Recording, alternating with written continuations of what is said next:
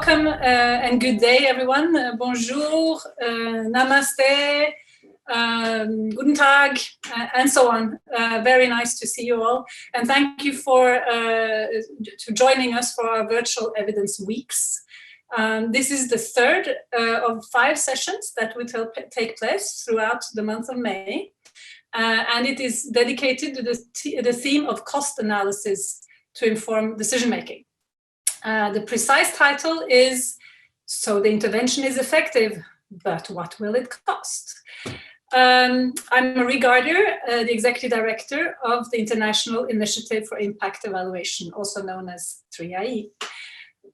First of all, I'd really like to thank you for making time to be here. Some of you, it might even be your third session joining us. Special welcome to those. We at 3IE really appreciate your efforts to stay engaged with the evidence movement through this global crisis. We believe that now more than ever before, decision makers urgently need actionable evidence that can improve people's lives. Now, what does actionable evidence mean?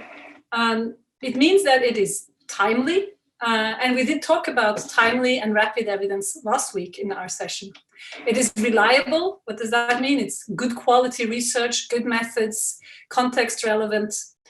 It is implementable. I mean that you have an implementation agency in place and it's politically acceptable, etc. So implementable.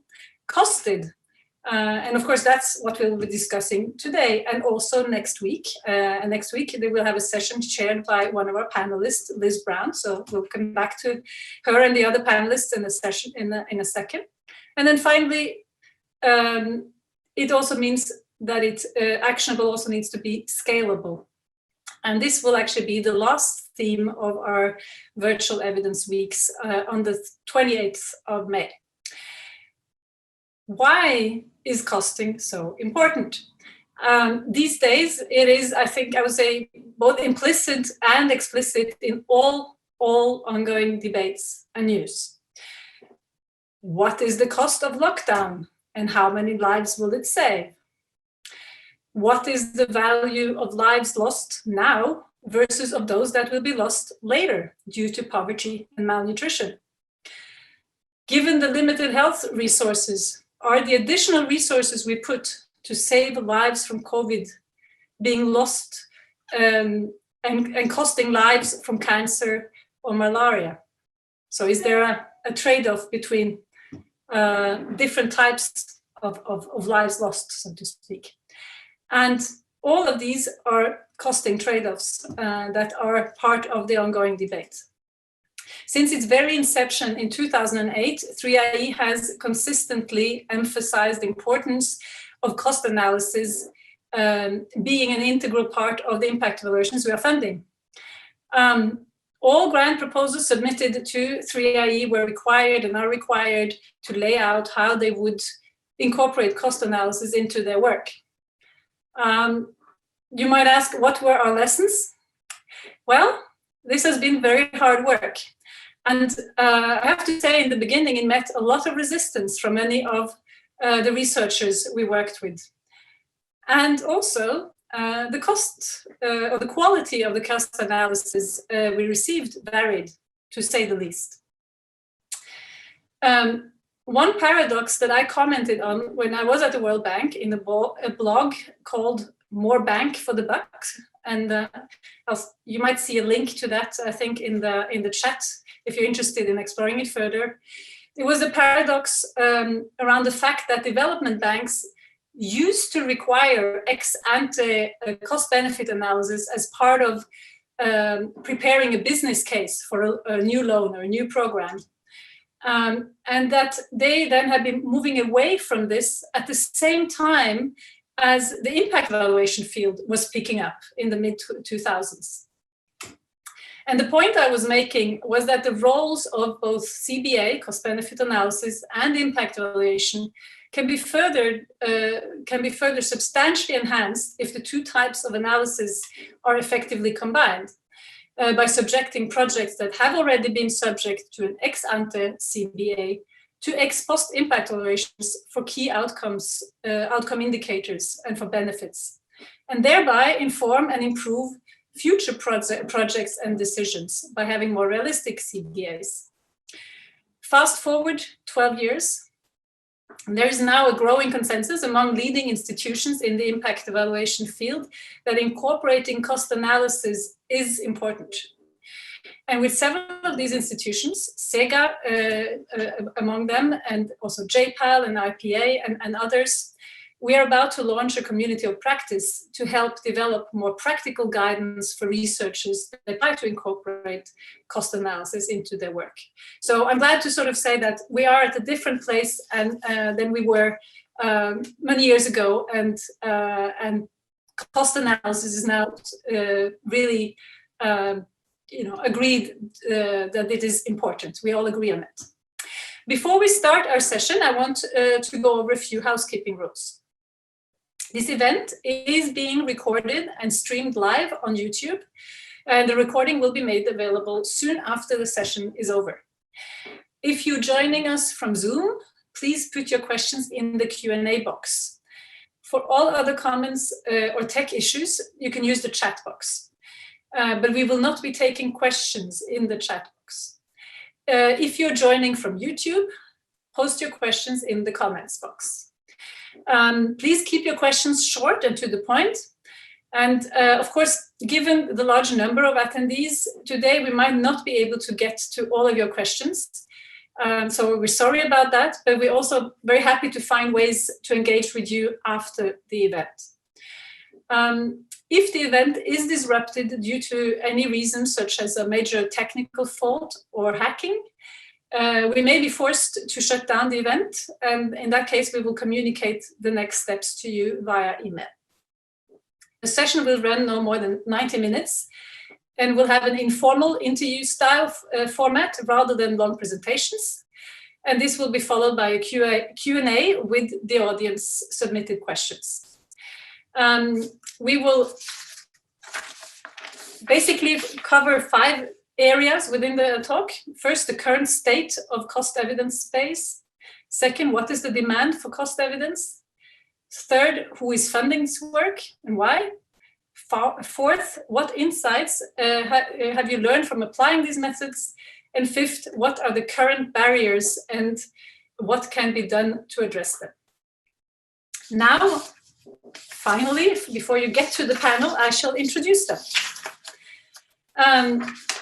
We're joined by Liz Brown, who is, and Liz, please wave. So, and other panelists, please make sure you have your videos on.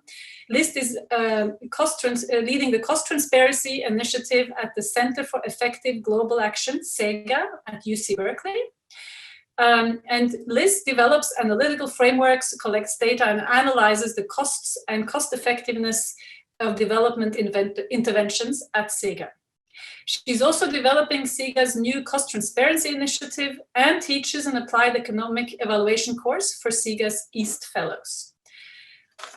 Then next is the panelist Thania de la Garza Navarrete. She is Deputy Director, there she is, Deputy Director General of Evaluation at CONEVAL, which is the National Council for the Evaluation of Social Development Policy. And based on the Mexican legal framework, CONEVAL, in alliance with the Ministry of Finance, built the social policy M&E system. CONEVAL's responsibilities focus on coordinating evaluations in terms of methodology and results validity. Impact evaluations are incorporated at the most mature stage within the intervention's evaluation horizon, and some of these incorporate cost-effectiveness analysis. Third is Hermann Donfouet, and let's see if we can see him, or maybe it's not just speak of you. There you are, okay, great. Who is Associate Research Scientist at the African Population and Health Research Center, APHRC. At APHRC, Hermann is leading several impact evaluation studies in Kenya and Zambia. In these, he brings economic evaluation skills to provide robust evidence on the cost and cost effectiveness of interventions aimed at improving the lives of low-income households. More specifically, APHRC is not only interested in the causal impact of an intervention, but also in the value for money of this intervention. Lastly, Hermann and APHRC more generally contribute to building the skills of young African scholars in economic evaluation through trainings and also learning by doing. Last but not least, I'm joined with Mark Sundberg. He is Deputy Vice President and Chief Economist at the Millennium Challenge Corporation, MCC. MCC, as many of you will know, uses cost-benefit analysis as a core ex-ante project selection tool. Project logic is rigorously evidenced, drawing where possible on impact evaluations and also systematic reviews when available. But cost estimates must be tailored to specifics of each intervention. So, first of all, welcome to the whole panel. And we will now let me see, move to, and I'm going to, there we are, move to the first question, which is around the state of the cost evidence. Liz, let's start with you. Based on the World Bank study you co-authored with Jeff Tanner last year, how common is it for cost evidence to be incorporated into impact evaluations? Yeah, thanks, Marie. Thanks for the introduction. First, I just want to be sure that everybody can see my screen. Yes, we can. All right, fantastic. So the answer is not very common, really at all. What we found is that the number of published impact evaluations you can see on the chart on the left-hand side between 1990 and 2015 has increased. It tailed off a little bit in 2012, but concurrently, over that period of time, we found that the number of published impact evaluations that actually included any kind of value for money analysis. And what I mean by that is most like cost effectiveness analysis, cost benefit or analysis, or something like a generalized efficiency analysis. Not really talking here about the quality of those analyses. What we found was that between 14 and 18% of these published impact evaluations actually contained any kind of value for money analysis.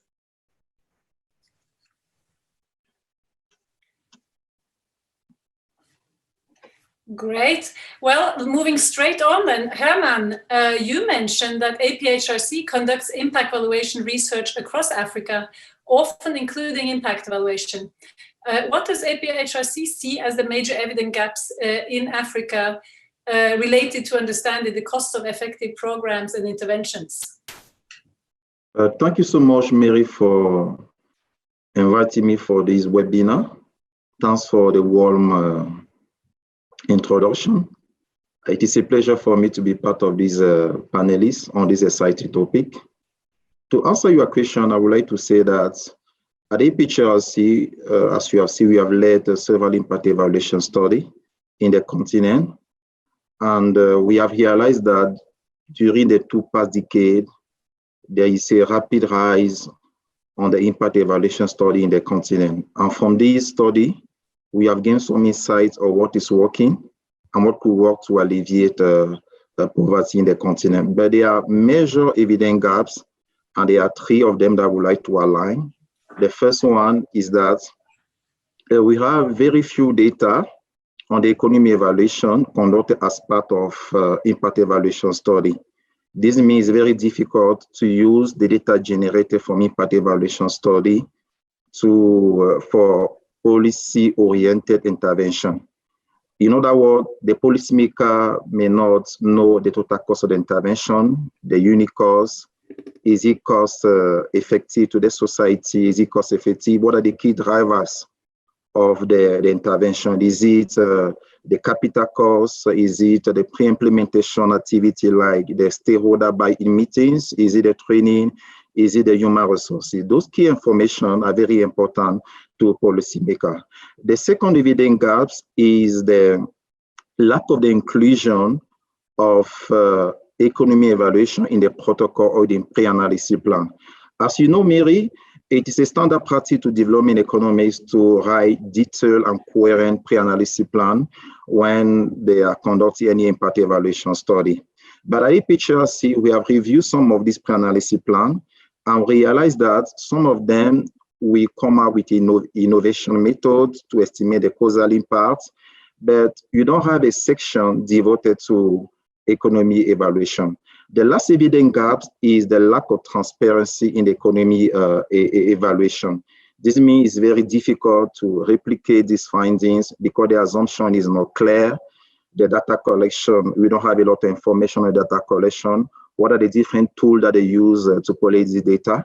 But in impact evaluation, you know, we have this detailed information, and sometimes you can replicate, you know, the causal impacts that is presented. But in the case of economy evaluation, we have this evidence evidence gap. I think via this webinar, we will share more light.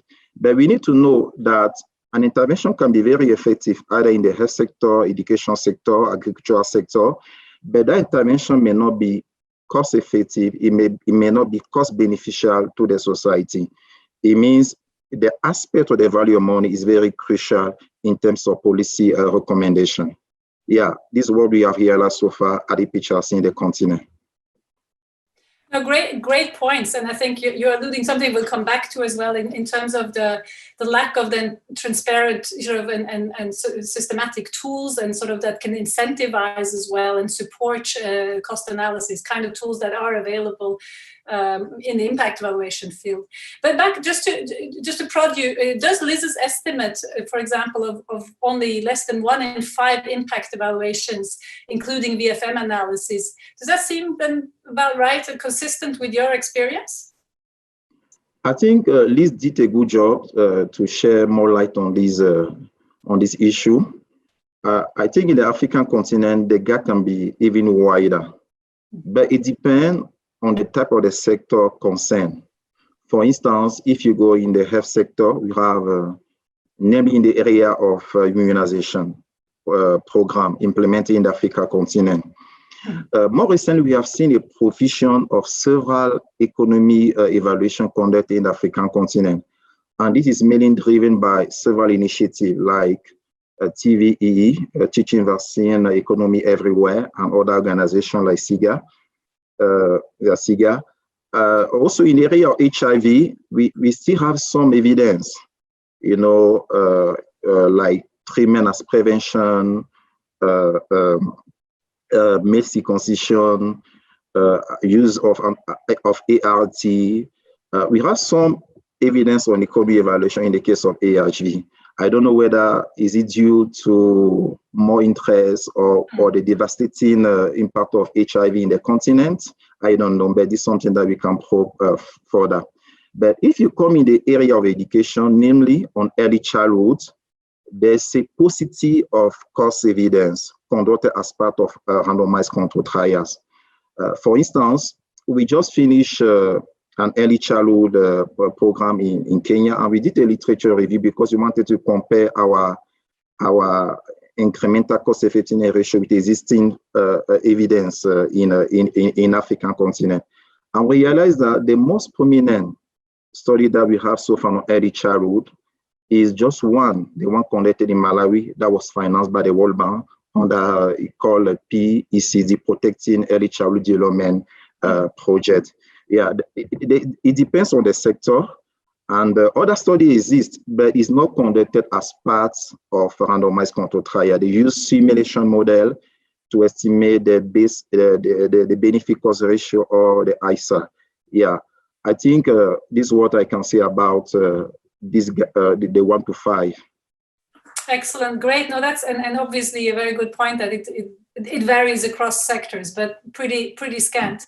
Thania, let me bring you into the conversation. What about your experience with CONEVAL? Will you say the situation is similar in Mexico, and what about Latin America more broadly? Any major differences to note from what you heard so far? Hi, Marie, and hi everybody that joins around the world this webinar, and I'm really glad to be here with Herman, Liz, and Mark. Well, let me tell you something. Around 88 impact evaluations have been conducted in Mexico since 2000, including the first evaluation of a conditional cash transfer program that you already know, that it's Progresa. However, no more than 10% of impact evaluations in Mexico have included an analysis related to the intervention cost effectiveness. Most of them are experimental evaluations, and actually they are in the pilot stage intervention, and that's why they have included this cost-effective analysis. So the stakeholders could use the results in order to take a decision. This is because the scale in which public policy is implemented makes a great difference in how they can be evaluated, especially considering the great number of involved stakeholders, which translate into great coordination efforts and settings agreements among quite different actors. So it's really, take a lot of effort in order to do this kind of evaluations. So, moreover, in comparison with Latin America, I think it's the same diagnosis. You have a lot of countries that have M&E systems really institutionalized, like Chile and Colombia and Mexico.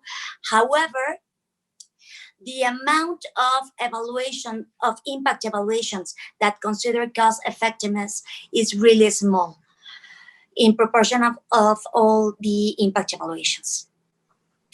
Great. No, and that's really sobering, I would say. I mean, I still find it mind-boggling myself to think about policymakers being able to even decide and make choices without actually having the cost side of things. There's a big piece missing there to compare and contrast. Let me then bring in you, Mark. MCC is known as a leader in the production of cost-benefit analysis and also an avid impact evaluation consumer. So what do you see as the major benefit of the CBA tool for decision-making? And what do you see as major gaps and challenges in using the tool across different sectors? Would love to hear that from you.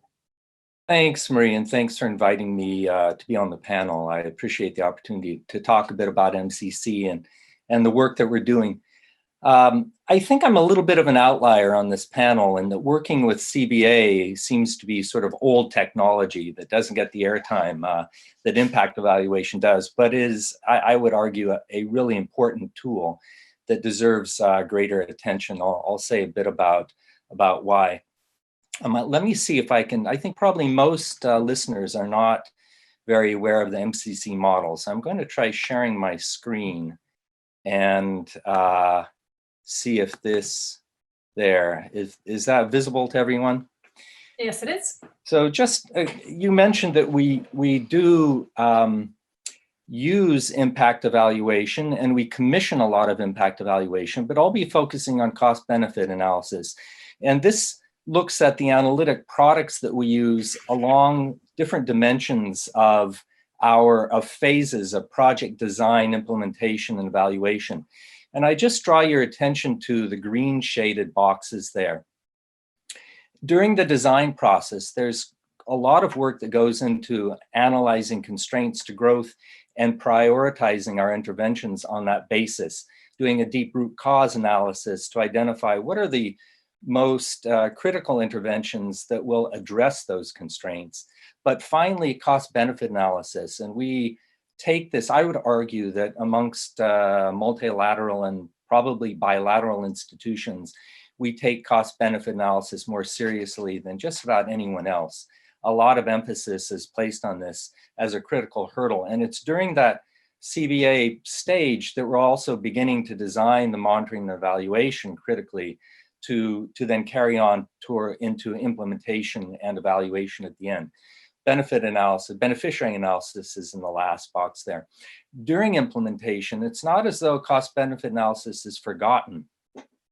It remains a updated tool as changes occur, as new costs emerge, as there are shocks that may occur, we update the cost benefit analysis and then ensure that the evaluation and monitoring that's being undertaken is consistent with that. And then at the end of each project, we conduct a closeout ERR. Finally, in evaluation, we now require that every evaluation will include an evaluation cost benefit analysis, something you had mentioned earlier, Marie, in your introduction, as it's, I think, an important learning tool, and I may say a bit more about that later. You asked also about challenges across different sectors. Let me very briefly say that in some areas, cost benefit analysis is pretty straightforward, and we have a lot of experience in large infrastructure projects, building roads or laying transmission lines in power sector, both areas that MCC does quite a lot of.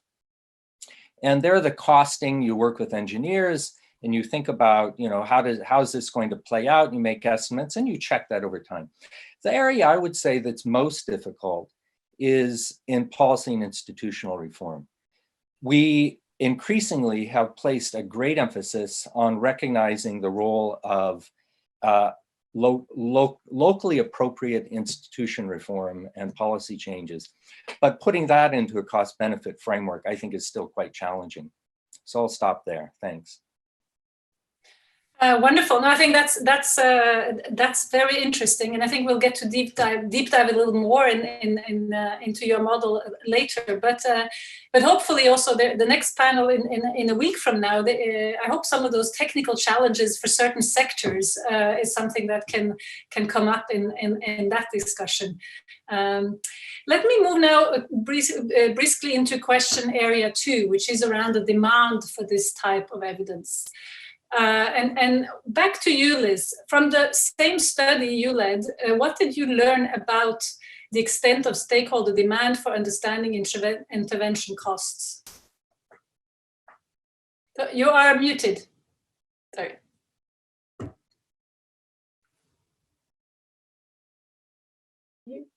Okay, there we go. Thank you. So in that paper that we wrote at the World Bank, we interviewed researchers, journal editors, policymakers, and donors to really find out more about the demand for value for money analysis.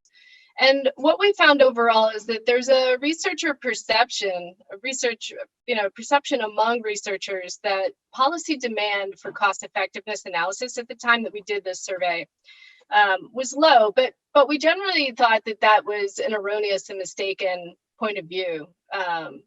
Anecdotally, we find that researchers hear from policymakers when presenting impact evaluation results to them, where policies really indicate, or policymakers say they're very interested in cost effectiveness analysis. So for example, I mean, the title of this panel discussion is really appropriate, because what we hear anecdotally back from people who have engagement with policymakers is that the very first question a policymaker will ask is, that's great, you know, wonderful findings, I'm glad to see that there's impact, but what does this cost? And that the researchers were not armed with information to be able to actually provide an answer to that. I think beyond anecdotal evidence, we have a little bit additional evidence from the survey that we conducted of really a self-identified sample of policymakers, about a little over 407 of them. And what we tested was their willingness to pay in a sort of for cost and impact information using an experiment that was embedded in the survey that we distributed. And what we found is presented up here, that policymakers indicated they were willing to pay about 10% more for an impact evaluation study as they were in comparison to a cost study on its own. That was not a significant difference, but there is some difference there. And likewise, they were willing to pay a little bit more for effects alone, also not significant. But we did find a 13% premium for a study that prevents value for money, both cost and benefits, in comparison to just a cost study alone. And that was a statistically significant difference at the 1% level. And so together, these results implied to us and also evaluated in context of the more, all of the interviews that we conducted with researchers, journal editors, the survey we did of journal editors, policymakers, and donors. We concluded that although decision makers are most interested in what works, there's a lot of interest there too in bang for buck, or how much value they can get for an investment in an intervention. One quick follow-up, maybe, because I see that there are some questions online. What do you mean by value for money? Could you just say briefly, explain that to me? You know, I think that's a really good question, because first of all, the idea of value for money is contested in the field. And when we operationalized value for money in our study, what we primarily were talking about is cost effectiveness analysis and cost benefit analysis. There's a whole set of other types of analyses that in the health literature would not be called complete economic evaluation. A complete economic evaluation will compare the costs and the consequences of an intervention, you know, between two programs. An incomplete economic evaluation typically just looks at the cost side, and then may do some analyses around efficiency, maybe in relation to intermediate outcomes. Great, thank you. Thank you very much for clarifying. Over to you then, Thania, on the same issue. From CONEVAL's perspective, what is the extent of the demand from policymakers for understanding intervention costs and not just the effectiveness to inform policy and programs? Well, let me do a little bit of difference here, because in Mexico, of course, we do a lot of cost-benefit analysis in order to do for the investment infrastructure projects. However, in social policy is highly determined by political agendas still, which implies that social programs do not necessarily depend on their effectiveness, despite that the results are constantly against public scrutiny. Secondly, the resources to conduct evaluations come from the ministries whose programs are being evaluated. So consider that the legal framework does not require cost effectiveness program as a must. Under elevated cost of doing that, there is a lack of knowledge, but also lack of incentives and interest to carry out this kind of studies. So I think this also converges with the public servants still do not understand that cost intervention disaggregation is different from an auditing task than as a tool for understanding program improvement. So this misconception results in reduced access and lack of transparency on cost information. So, but also the lack of international or national benchmarks that serves as comparison points, as well as incentives in terms of the analysis usefulness, represent great barriers for promote interest in carrying out cost-effective analysis. Wonderful. Great point, actually. I mean, the more there is of this, the more value each additional cost piece will bring, because you will have these ways of being able to compare. And very good point. I think we'll get back to some of these issues of what are the incentives or disincentive structures. So excellent.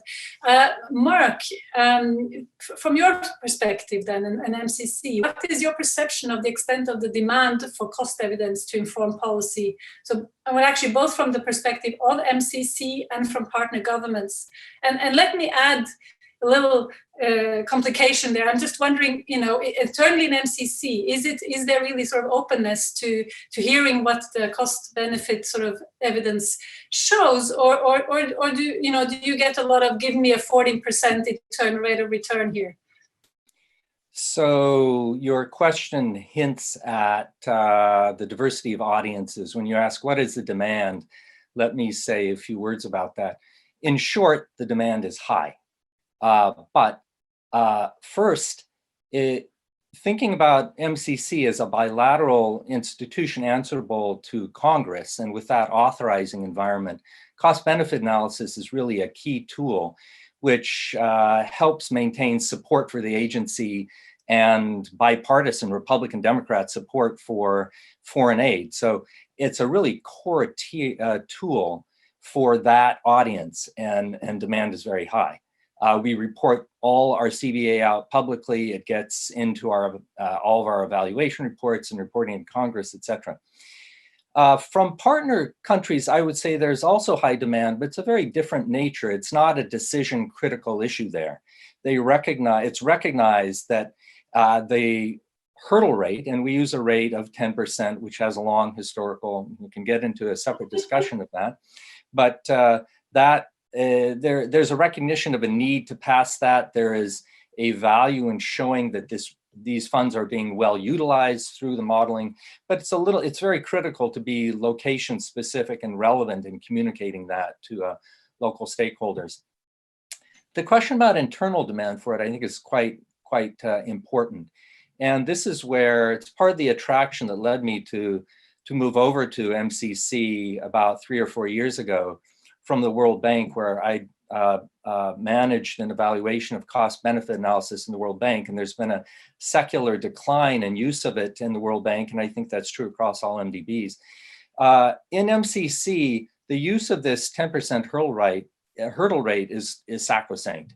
If a project, after investing a year in identifying the sector, doing engineering studies, and it doesn't pass the hurdle rate, it will be discarded. And that creates a tension, an internal tension with the operational staff and the economists. There's always some discussion about, well, shouldn't this benefit stream be included? But if there isn't a strong evidence base for including that, no. And similarly, on the cost side, we don't want to underestimate costs to get a lower rate. So no, it creates a bit of a tension, but it makes it, I think, a very productive and important tool for decision making. Excellent. Hermann, let me bring you into this discussion. Anything you'd like to add to these points from your vantage point in APHRC and what you've experienced from the demand side for this type of analysis? Yeah, thank you, Mary. I think my fellow panelists have said many things very useful. From APHRC experience, we had an opportunity to collaborate, to interact with several decision makers in the African continent. And from this interaction, they have highlighted the vital role of cost evidence in decision-making process. Actually, we realized that they are very smart, these policymakers. They know that they live in a constrained environment where the resources are very scarce. They are demanding more and more any strong evidence that could inform service delivery and improve value for money from public spending. Most often when we interact with them or when you share findings and there's not any part of economy evaluation, they will ask you, what will it cost? What am I buying from these development program that you implemented? I think there's a high demand, and based on their understanding, for them, the impact evaluation, the impact of a program should go in tandem with cost with economy evaluation. And if you don't produce this evidence, it becomes very difficult, to advocate for this development program in this country. The demand is very high, and doing an impact evaluation offers an opportunity, to satisfy the demand in the African continent. So interesting what you're saying, and several other panelists, is that actually while the supplies and existing base is pretty low, the demand is actually there from countries and institutions alike. So then the question is, well, probably that comes to our mind is around funding. What about funding to do this type of analysis?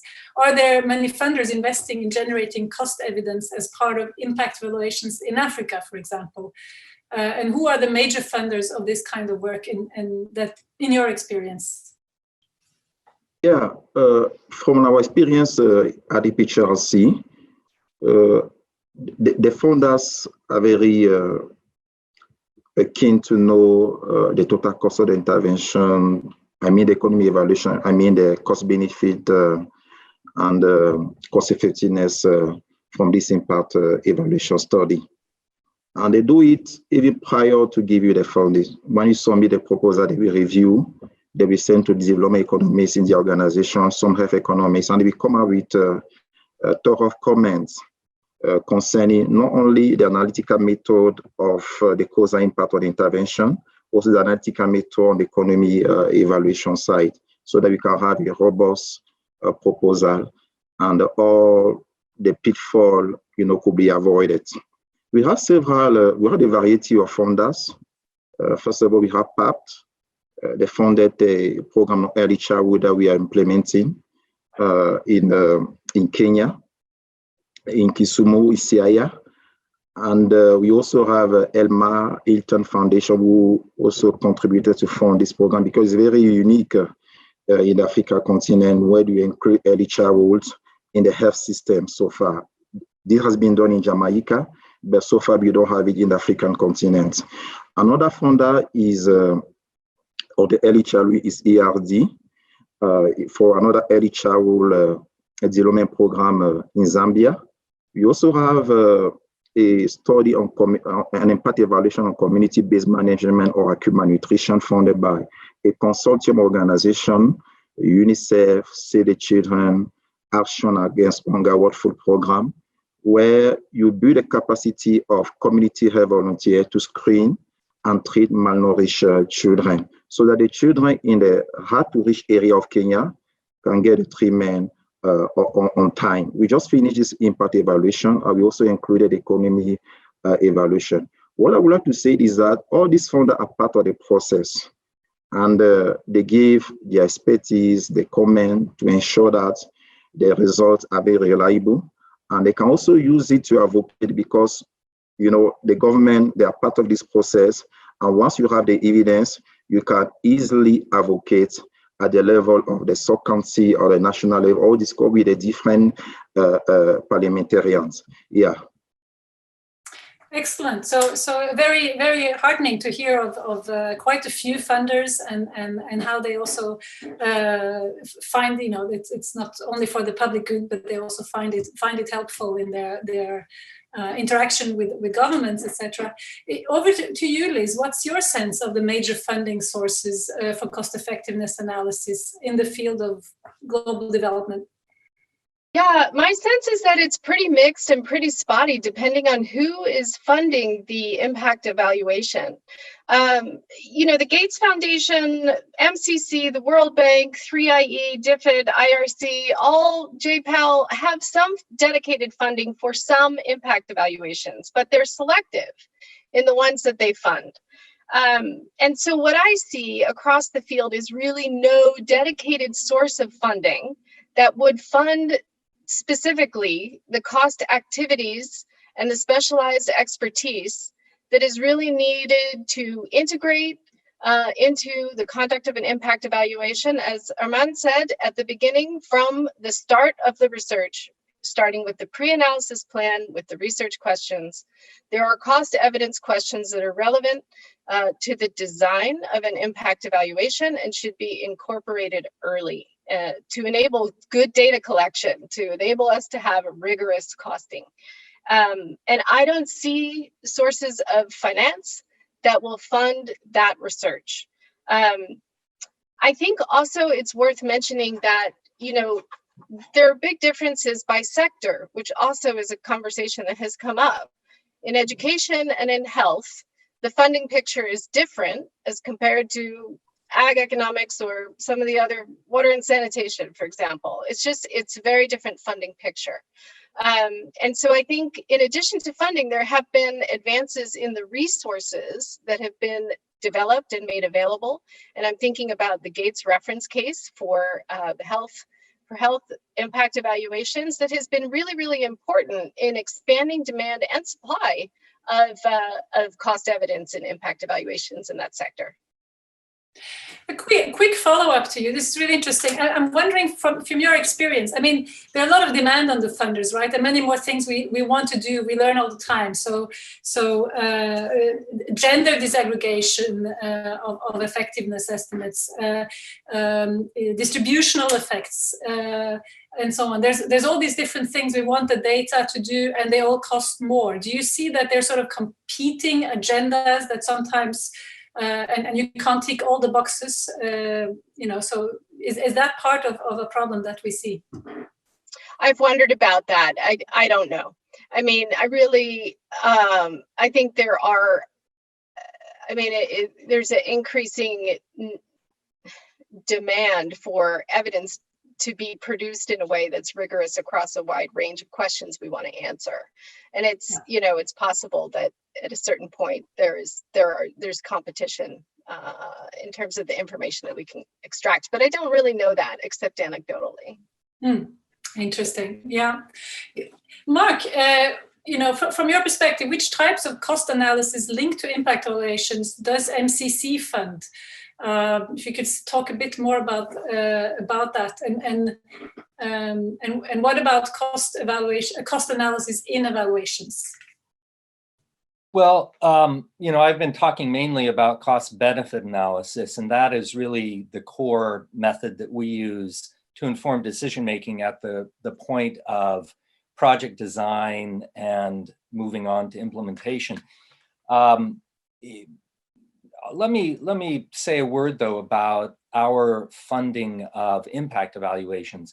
MCC is a major, it invests a lot of resources in M&E.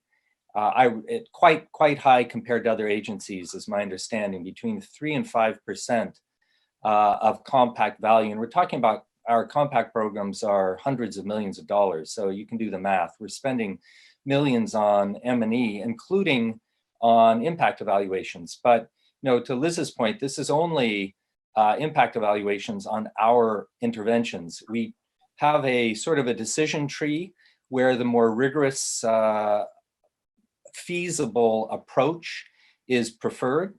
On about 40% of our compacts, we have impact evaluations included.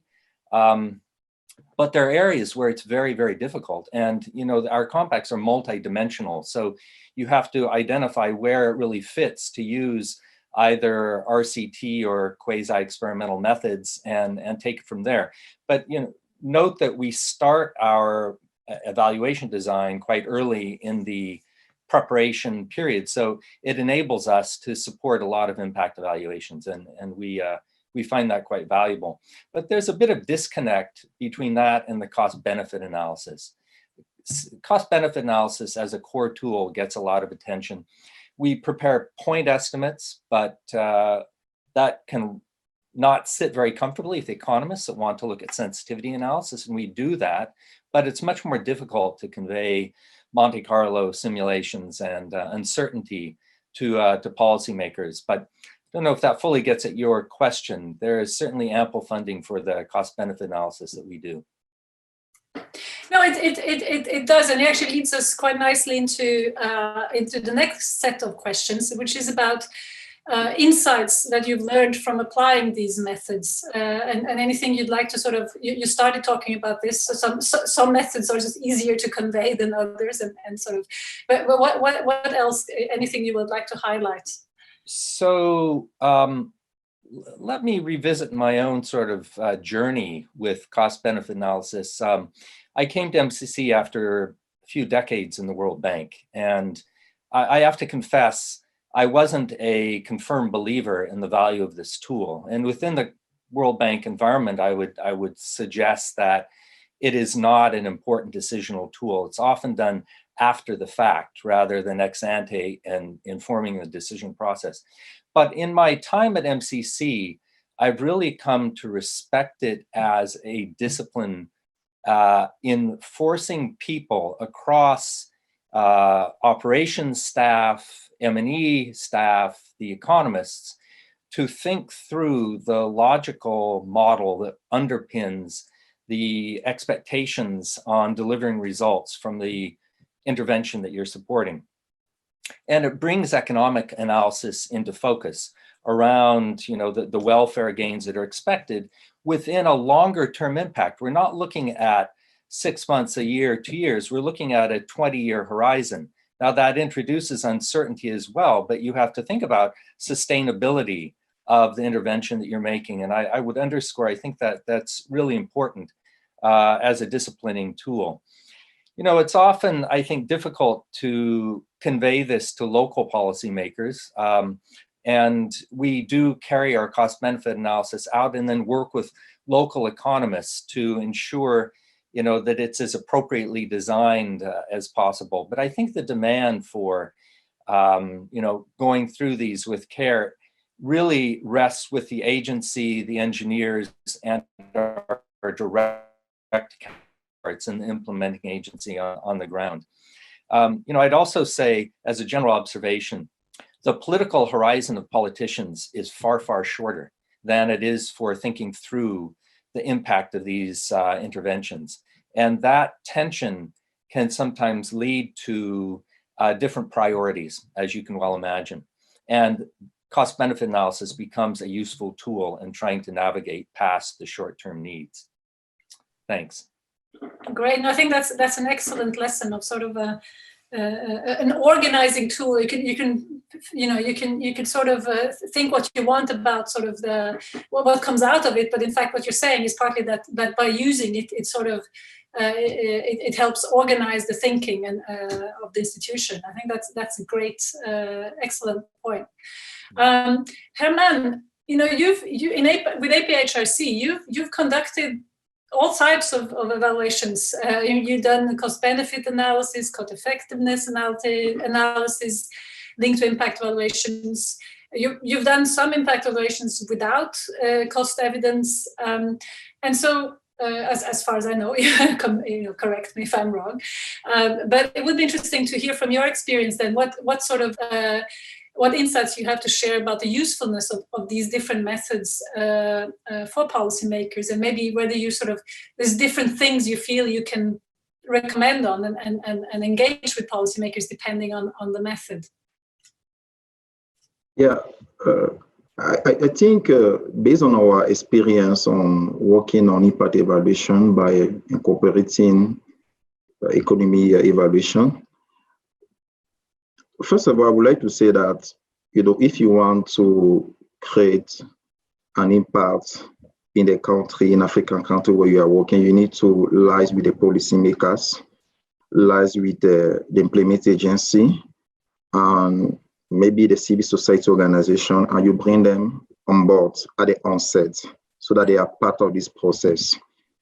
And they will ensure a transparency of the result and also the advocacy, because we do research, you know, to generate evidence in order to inform policy and use these evidence, you know, to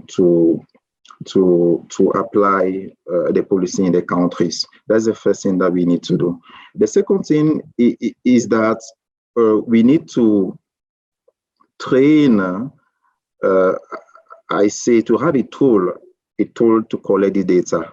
This means by working with the implementing agency, you need to understand their monitoring and evaluation and inform them that you will do a kind of economy evaluation for this impact evaluation study.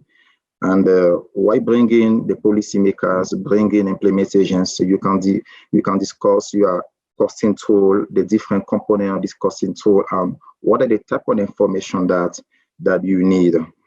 For instance, in the course of the discussion, it may come out that you're actually doing a costing from the implementer perspective. And it's something that is not sustainable. The policymaker may not buy it because it's very expensive. For instance, if you are costing the salary of the program managers or the people that implement this intervention, the salary coming from the NGOs is very high as compared to somebody in the government. At the AU, the government buy this program, you know, they may say it's very costly because you included the salary of the program manager, you included the salary of the people at the NGO. Why not doing a sensitivity analysis where you take the salary of somebody at the government who can do a similar duties here? I think by integrating these people, you know, they will help you, you know, to fine tune, you know, the Excel costing tool that you are using to collect the information. The last thing I would like to say is that we just finished an impact evaluation on early childhood, which was implemented by RTI in 4 counties in Kenya. It was on early childhood where we wanted to understand which intervention we prepare students for primary school. And we do the randomized control trials in the 4 counties. And we have included the policymaker at the onset, the implementing agency. We presented our tool, we discussed with them. We had a lot of interaction. And when we finished this impact evaluation study, it came out that the intervention was effective. And for instance, if I can remember, the cost per child was almost $15 US. And the incremental cost effectiveness ratio was almost 2.5 US$. When we did a dissemination by engaging all the policymakers in those counties, they were quite surprised that it was not actually expensive, you know, to implement this program. And they really liked the idea of the intervention, because there was one component where we trained the teachers, you know, to teach the student in the kindergarten. We also provide materials, well-developed material to students, also materials to the teachers. And now, in Nairobi County, what they did is that they buy some component of the program. Due to the fact that they were part of this process, they understood all the process, the results, and based on the evidence generated by the CONEVAL evaluation, they were able to buy some component of this intervention, and they are currently implemented in the Nairobi County. These are the insights that we gain, and I would like to share with the audience. No, excellent, a very interesting example, and also your insight around, you know, how you need to sort of have engagement and understanding from the outset to actually get buy-in once you have the results. Very, very interesting. Thania, how about you? I mean, what based on your experience, you know, do you agree to some of these lessons, or do you have something you'd like to add from your CONEVAL experience? Well, let me talk again about the incentives to address the usefulness of this kind of cost-effectiveness analysis. I think there's 2 points of views we can look at it. One from the political leverage, and the other one from the sustainability of interventions, as Mark pointed out. In my experience, I have learned that there is not a more political decision than the budgeting, right? That the national budgeting. So therefore, producing this additional information in terms of the effectiveness and efficiency in the allocation of resources, along with the impacts achieved, especially in the new economic context that the COVID has brought up, can be used as leverage for negotiation, decision-making compared to other kind of information. And the second one is about the sustainability of interventions. Let me use an example. CONEVAL has taken part in an evaluation of a program called Mujeres Moviendo México. And it was, included a cost-effective analysis. The impact evaluation measures effect that the program had on Mexican female micro-entrepreneurs, learning business practices, business performance. So the evaluation was carried out by the INADEM, you know, the governmental institution, the World Bank, CONEVAL as funding, and this NGO called CREA, that was the one that lead the intervention. So the cost-effective analysis showed that weekly profits within the treatment group were around $934 greater than the control group. So it would take about 8 working months to recover the program cost per woman. So when we take this information to the stakeholders, actually INADEM, the one that we were aiming, these results will be helpful. They use the information, but actually they shut off the program. So what we wonder, we did a lot of great work to do this, and what the institution was doing was closing the program. However, subnational governments were really interesting about the cost effectiveness analysis. So in Mexico, 5 subnational governments began to do this intervention about this analysis. So I think that we can use that. Maybe these kind of examples, as simple as impact evaluations, maybe not given in the right political time. However, it can be used for another users.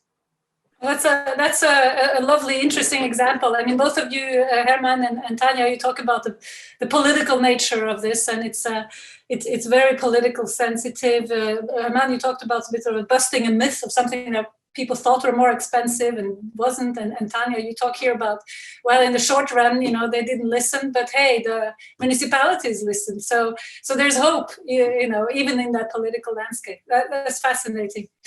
Liz, can you speak a bit about CEGA's experience conducting cost analysis linked to impact evaluations, and also the value of that work for policymakers, practitioners, or other researchers? Yeah, absolutely. So my deepest involvement has been through our Development Innovation Lab, which is funded by USAID, and we have a portfolio of cash benchmarking impact evaluations that we have been running. And the 2 that I have been most deeply involved with have involved the primary investigators, Craig McIntosh and Andy Zeitlin, and those have both been conducted in Rwanda.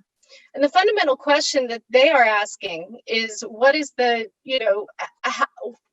they're doing sort of a head-to-head comparison of a cash grant intervention directly against a more traditional aid program. So in the one case, it's a nutrition education or a nutrition and wash intervention. And then the second case, it's a youth employment training program. And, we have short-run results for this, and those are really controversial. I think the fundamental question, in my point of view, really challenges kind of the notion of traditional aid and says and asks, what is the most efficient way to deliver aid? There's sort of embedded in sort of the models of traditional aid, we have had a lot of ideas about what different populations would need.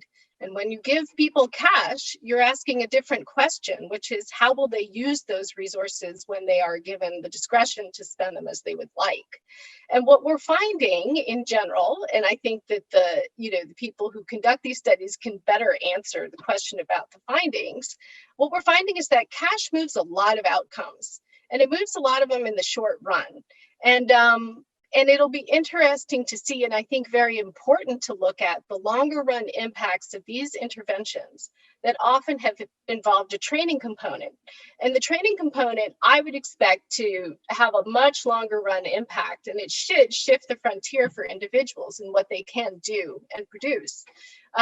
But we don't have the evidence on that just yet.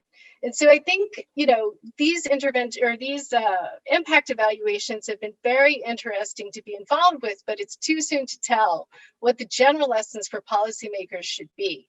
I just want to say that I think we're asking the right questions. We should be asking about the traditional aid models that we have and how we can make them better so that they can serve a wider range of people and that we can do it in a really cost-effective way.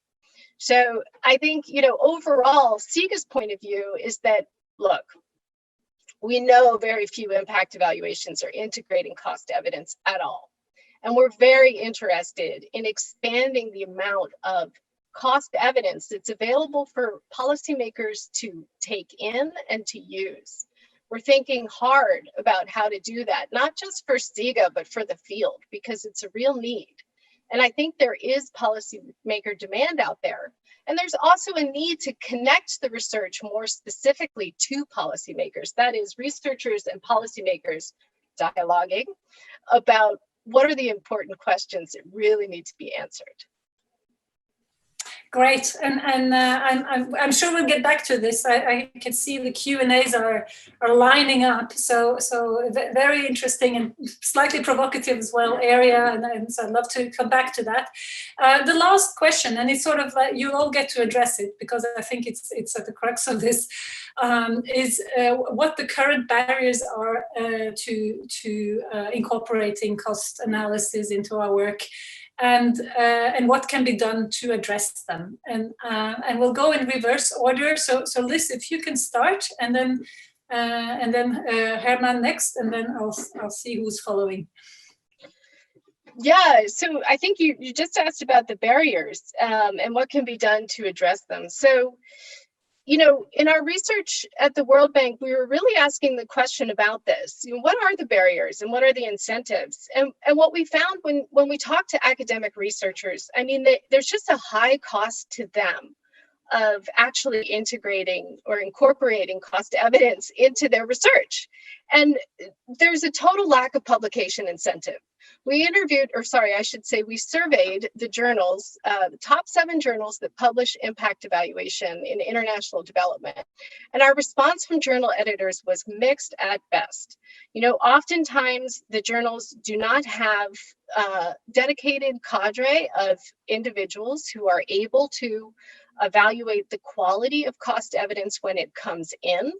Academic researchers have said that they can be actively discouraged from incorporating cost evidence when they have it.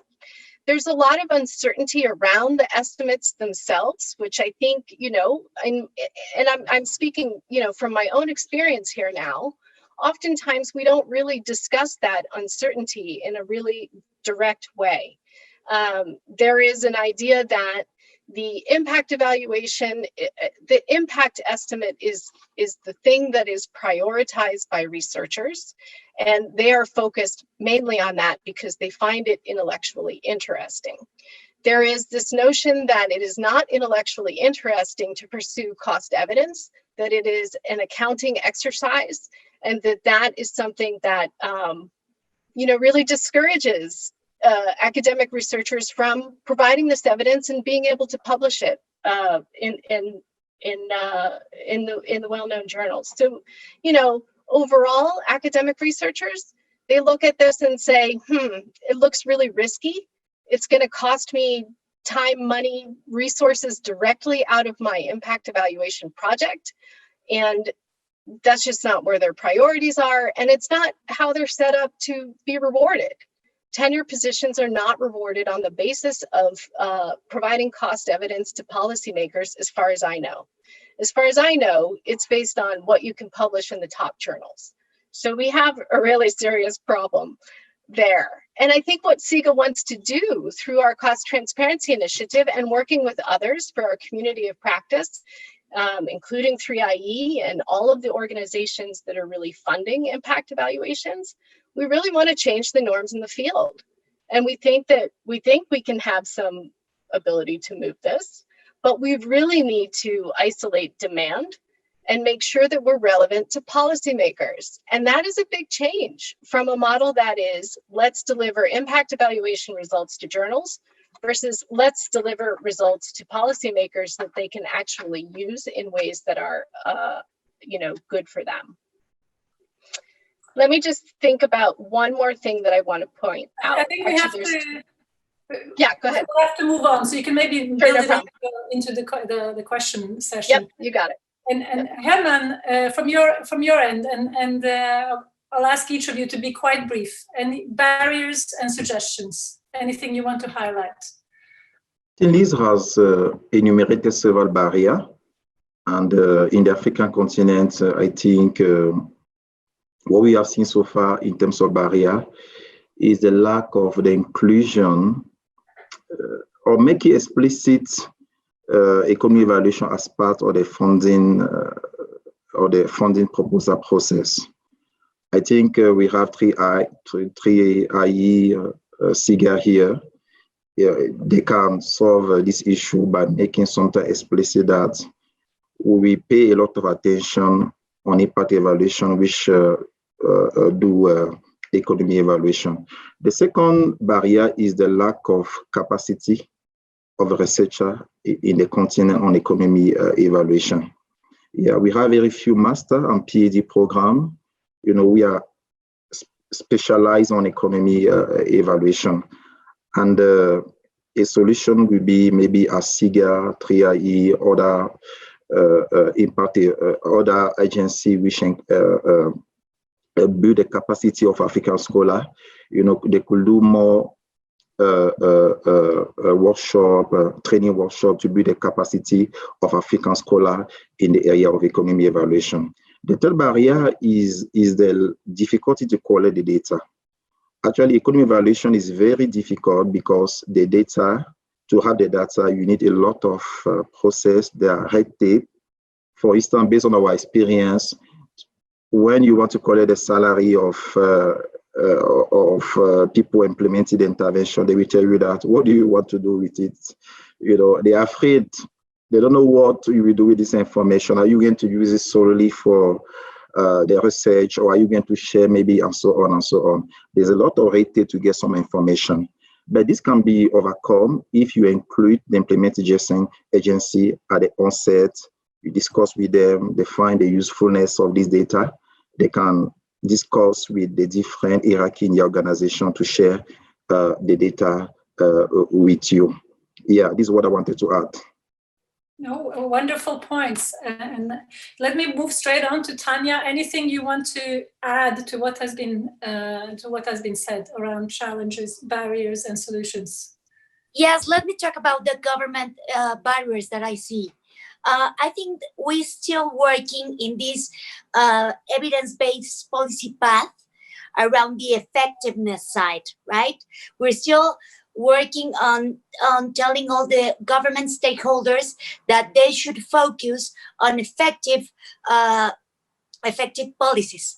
So when we get to the cost part, it gets a really more difficult and challenging, because first, they actually don't quite need the cost part, because they are already funded, right? They are in the government and they don't need to try to convince anybody, because they already have the funding for do that. So we still have the effectiveness part. However, the second thing, and I think that 3IE and other partners can help us with that, is to start having more examples. So how can the cost-effective analysis is useful in order to promote evidence-based policy, but also in order to promote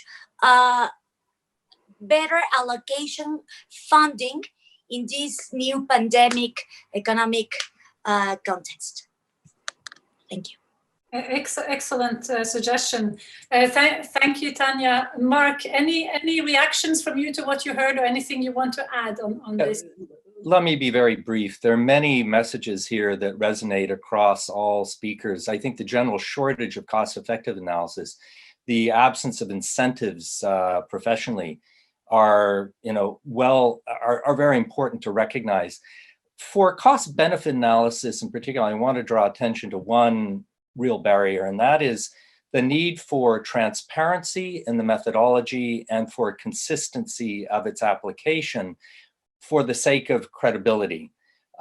If you have the impression that it's who the modeler is that generates the results rather than clarity on methodology, you've lost the battle. And unfortunately, that's a burden that this basic workhorse labors under, to put it. Let me also mention what I think is particularly important for thinking about cost-benefit analysis and impact evaluation is the critical need to integrate these better. That we aim to use evidence from impact evaluations to parameterize our modeling work, and it's very valuable in that. But our impact evaluation is often more an accountability exercise on attribution of results to the agency, and integrating these means thinking about the methodology that will help elucidate those logical steps in the framework, the project framework that you're working with. Very important. Last thing I want to say, at the very beginning, Marie, you had mentioned there are 4 key things to bear in mind, if I recall, with this session or with the work that you're doing: the reliability, the implementability, the costing, and the scalability of impact evaluations.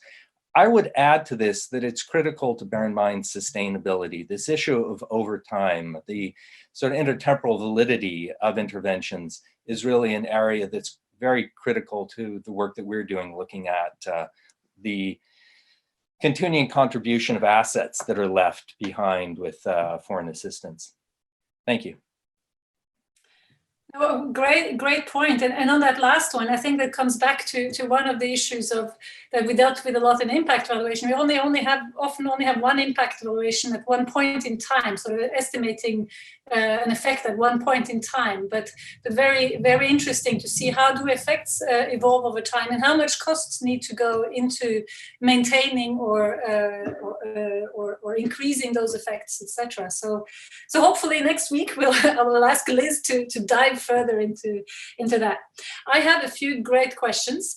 I'll read them up, and then each of you will take the ones you want, or anything you've seen in the Q&A that you would like to address, and you basically only get about 2 minutes each, so we'll have to be but let me start here with there's a question. I think this one says it's to Hermann. I agree that there's often a lack of transparency in economic evaluation, and then can you briefly elaborate on this, and what you think are the main reasons for this lack of transparency? That's one specifically for you. The others I don't think have particular names, so you could choose. So one is evidence of what works valuable without a cost analysis? Might a cost analysis be so dependent on how something was implemented that we might miss the point that we can get more efficient with different implementation approaches? And Hermann talked a bit about that with sort of, the NGO price versus government, that there are differentials there. Second question is, it's often challenging, actually third, sorry. It's often challenging to apply effectiveness results from one context or country to another. Could the panelists discuss the generalizability of VFM or economic evaluation results?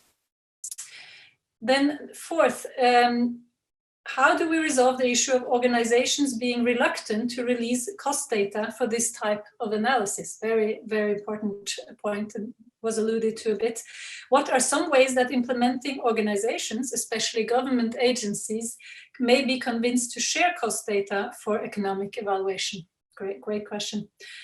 And then finally, knowing the monetary cost of interventions is important, but this is only really relevant when the social outcomes are measurable in a meaningful and comparable way.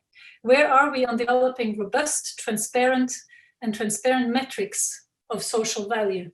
So it goes back to something we discussed a bit earlier again about, the more there is out there, the more valuable this will be. Okay, and then one just came in, and I'll throw it in as well. Why do economics journal editors consider impacts more interesting than costs? I think that might have be directed at Liz. So let's start with Hermann, and then Mark, and then Thania, and then Liz, and just 2 minutes each, please. Question. Okay.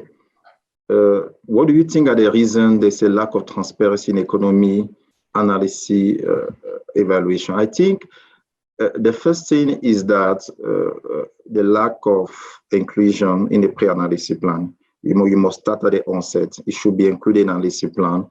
The funder should be able, to understand the different assumptions that you put in place, the different analytical method, how you will collect the data. Are you using any existing tool to collect the data? The second thing also is that how do you make your results replicable when you are discussing with a policymaker? Can they use their own their development economists or economy to replicate the findings? The last thing is that we should push, more transparency in economy evaluation as it's been done in the case of impact evaluation study. It means when you are submitting any economy evaluation study, either in world development, journal development economics, you should be able to share the data, to share the pre-analysis plan. You should be able also to share all the DoFi or R script that you use, to compute the total cost, the cost efficiency ratio. I think these are possible solutions that can be done. Was there any other question? No, that was the one particularly to you. So that's okay. Great. Yeah. Mark, over to you. Okay, I know time is very limited, but let me make 3 quick points. First, there is a question about external validity and applying lessons from one country to another, and can't we learn from different approaches, as I understood the question. We find it's very valuable to have systematic reviews that take and synthesize evidence from many interventions in many circumstances in order to help parameterize the modeling that we do. But for any individual project we're investing in Tunisia or El Salvador or Zambia, the implications of evidence from elsewhere really have to be thought through carefully and localized. And oftentimes that's quite challenging. I think it remains a big challenge, the external validity issue. Second point is on data sharing. I think transparency is absolutely critical, not only on the data and basis for doing impact evaluation, but for our cost benefit modeling as well. And at MCC, we try to make everything public. We follow norms on data availability. I think everyone should do that, all agencies, and similarly on publishing our cost benefit analysis. Lastly, I want to underscore a point and hope it sticks with people. This issue of policy and institutional reforms and the context of that for aid effectiveness, for, as the point that Liz made, serving to reach a broader range of people in the interventions we make. I think greater learning around that is really quite valuable, and hope that there will be more investment in that going forward. Thanks. Wonderful. Thank you, Mark.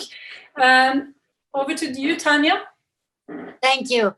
I want to address about the reluctancy for releasing cost data. And I think that, as I said before, governmental stakeholders do not have the incentives in order to release them, but because they don't see the usefulness of this kind of analysis. Because I think, first, because we haven't used it a lot, although we have used it in infrastructure as benefits cost analysis. However, in the social programs interventions, we don't quite know how the cost analysis will be helpful in order to take a decision. So I think, but right now, I think we have a really, really good chance to change that, because in this pandemic context, all governments are going to start asking this kind of questions. So I think it's an opportunity to start thinking, how can we tell them this kind of analysis is useful to make better decisions? And I know it's a really difficult in order to be from the academic side. However, as Liz pointed out, we have to address the right questions. And I think that right now they already have it. Wonderful. And I think a great point to say that there might be some sort of silver lining in terms of the current moment, teaching some policymakers to think differently. I think it's partly what Thania is saying. So Liz, some final reflections from you before I start closing the panel. Yeah, first of all, thank you, everyone. I mean, this has been very interesting and thought-provoking. And I think I just want to talk about transparency for a moment, because there's kind of two major dimensions to that I'm thinking of in this moment.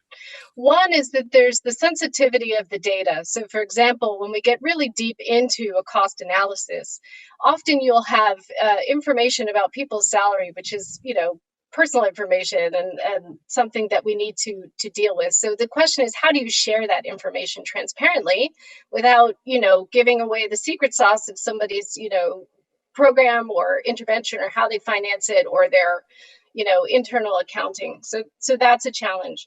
But the second thing with transparency really has to do around the uncertainty of the quality of the cost estimate in the first place. And I think that is something that needs education and training to improve the ability of people to conduct rigorous costing exercises, to evaluate the quality of those. That's the problem sort of with journal editors.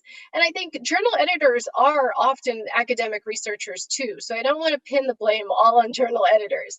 I mean, the challenge here is we really have problems with being certain in the quality of our cost estimates, and in characterizing the uncertainty around them and accepting that actually exists.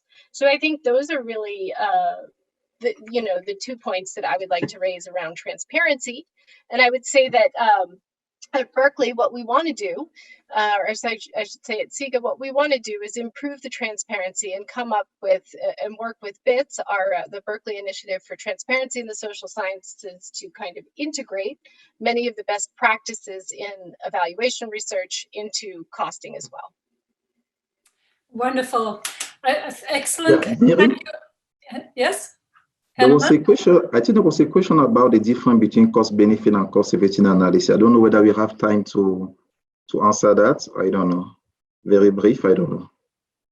If you have a 30-second answer. Yeah, I think to answer that question, to estimate the cost is the same, either in cost benefit or cost effectiveness analysis. You should first of all define the perspective. Is it from societal perspective, implemental perspective? But the problem is the outcome. In cost benefit analysis, you convert your outcome into monetary terms. But in cost effectiveness analysis, you take the outcome as it is. It can be life saved, it can be the daily and the quality. I think also when you want to take a final decision, in cost benefit, you use cost benefit ratio, return on investment. But in cost effectiveness analysis, it depends on the sector. In the health sector, most often if your outcome is the daily or the quality, you compare using the WHO recommendation, compare with the GDP or the country. But in the health sector, in the education sector, what we do is that we compare with existing study. This is what I wanted to highlight. Thank you. No, thanks for clarifying. And I think some of this, as I said, next week will be an even more technical panel and diving into some of these issues. So, I think thanks for clarifying. Let me just, I'm not going to summarize because I think but I just want to sort of say a few words about what we've heard about some of the barriers and suggestions for addressing them. I mean, we've heard on the barrier side that there's limited or inadequate incentives for researchers. We also heard that there are lack of consensus on rigorous methods, the point about quality that Liz just raised. There are challenges in collecting the data, as we've heard, the lack of relevant training in economic evaluation, and not enough cost benchmarks to compare to. So these are some of the big barriers. On the suggestion side, and we had a lot and hope to get more, establish standards of rigor, improve relevance to policymakers, quality control in the field, requiring economic evaluation as part of IE funding, training for users of cost evidence, very important, that there's a lot of people who do not know how to interpret cost evidence. And then in addition to incorporating economic evaluation into IEs, there's a need to more systematically incorporate IE evidence into economic evaluations. So those are some of the suggestions that we've heard. At 3IE, as I mentioned, we're very engaged and want to push forward this field in our partnerships with CEGA and the other colleagues. We're also very committed to research transparency and very excited about this field. And that's why we dedicated most of this virtual evidence weeks to areas and topics related to costing. I'd like to particularly thank Douglas Glandon, who's been the lead organizer and thought the person who's thought through this whole session in 3IE, and also the entire 3IE team who made this possible. Yes, thanking all of you for having joined us, come in with lots of good questions, and hopefully we can continue to engage offline, and hopefully some of you will join us next week. Thanks, and let's give a hand, if possible, to the panel. We can't hear you all, but thanks to the panel. Have a good day.